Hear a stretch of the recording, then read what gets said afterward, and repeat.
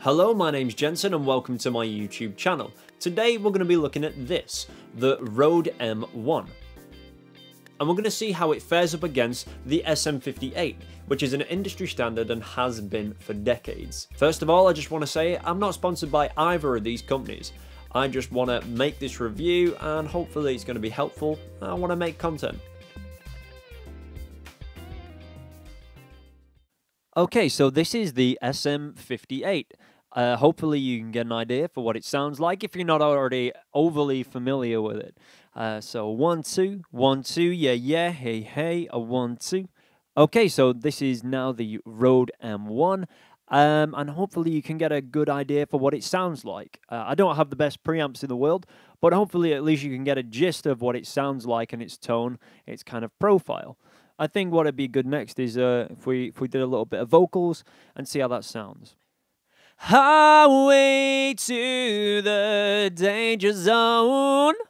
Highway to the danger zone. Yeah, highway to the danger zone.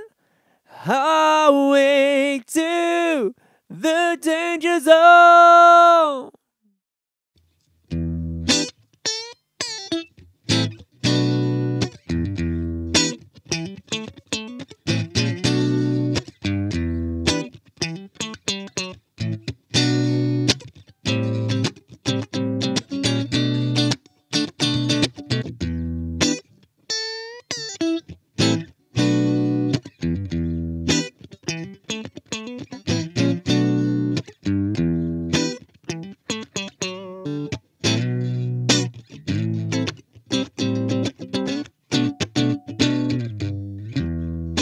Hopefully that gives you a good idea of what the mic sounds like for vocals, as well as a bit of speaking. Now, I am from Manchester, so that means I've got a little bit of a nasally tone to my voice, I guess.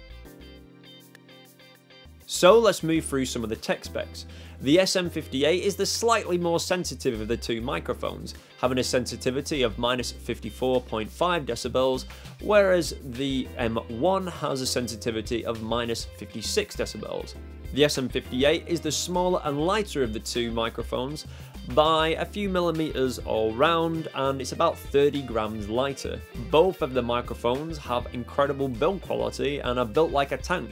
They're both dynamic microphones built for live situations. So both microphones are built like a tank, extremely durable, and are built to last.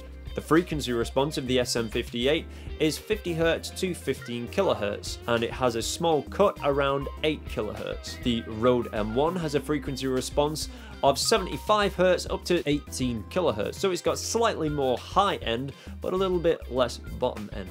But actually, if you're in an engineering situation, whether live or studio, probably most of that bottom end is going to start disappearing below 100 Hz anyway to maintain a clarity in your mix. For me, of the two, I think the M1 is probably the nicest for vocals. I think it's got a really smooth profile, whereas I think the SM58 has quite an attack to it, which could just suit different vocalists. And I think one thing that is really clear, and I hope you'll hear in this video, is that each microphone has its own character.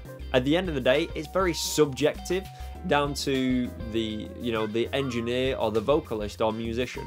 So both of these microphones come in under the £100 mark, which is great. On average, your SM58 will cost you about £90, whereas the M1 will run you probably about 70. I managed to get my RØDE M1 brand new for about £60, and not only that, but it came including a lifetime warranty.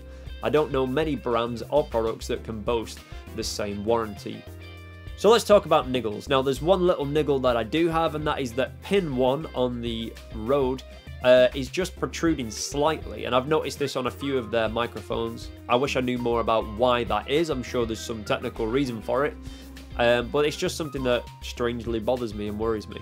I actually slightly prefer the feel of the M1 in terms of its material. It's not a huge difference, but it just feels slightly less slippy. If you're playing live or you're singing and you're handling your microphone a lot, your hands get sweaty and things like that because of the stage lighting. I think actually that's something that is really going to matter to you. However, saying that, I actually prefer the way that the SM58 sits in my hands, and this is probably just down to the size and shape of my hand, but it's just slightly shorter and chunkier, and I kind of like that. Also on my M1, I think the input is a little bit spongy. But saying that, this microphone has been used day in, day out, plugged in and out of, moved around, shipped, you know, every day for a good 6 months. So it's had some serious usage, to be fair.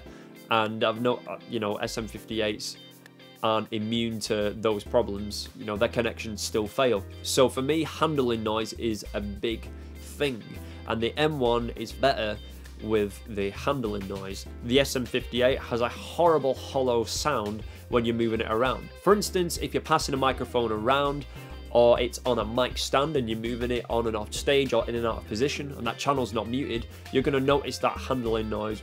And that means another frequency that you've got to worry about and deal with, and it's another potential feedback issue. If it's set up in a stationary, well-treated space, then I guess you don't have to worry about that so much, but handling noise can still be an issue. The Rode one isn't immune to handling noise, it still has some, however, it is better on this front than the SM58. So in summary, I think both of these mics are incredibly well built and are really durable. The SM58 feels a little bit more comfortable in your hand, but I think that's quite a subjective thing. I think for microphones that are under £100 and dynamic mics at that, I think they both sound really, really nice, and I think you can hear that they've really got their own character and profile, and so it'd be really up to you as to how you want to experiment with those and see what they fit. For me, I really, really like the way the M1 sounds. I think it's got a really, really smooth sound to it, and I think the SM58's got a little bit of bite to it, which I also really like. I'm not gonna say one's better than the other. I think actually they both win in some camps and they lose in others. Now, one thing that is really going for the 58 over the M1 is the fact that the 58 has been around for decades. Everyone has used it, everyone's comfortable with it and knows the problem frequencies, and there's tons of spare parts and accessories out there, even third-party ones, and they're not hard to find. At the moment, the M1 being the newer of the two by quite a margin, there's less parts out there at the moment, and maybe that's just because it's newer to the market. However, don't forget that Rode have that incredible warranty. Most of their products come with a 10-year warranty.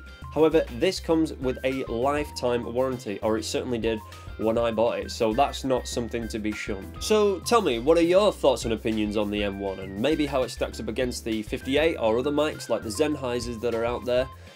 Write, comment, message, whatever you want, comment down below. If you've enjoyed this video or find it helpful, please feel to like, comment, subscribe and share and all that goodness. My name's Jensen, thank you for stopping by.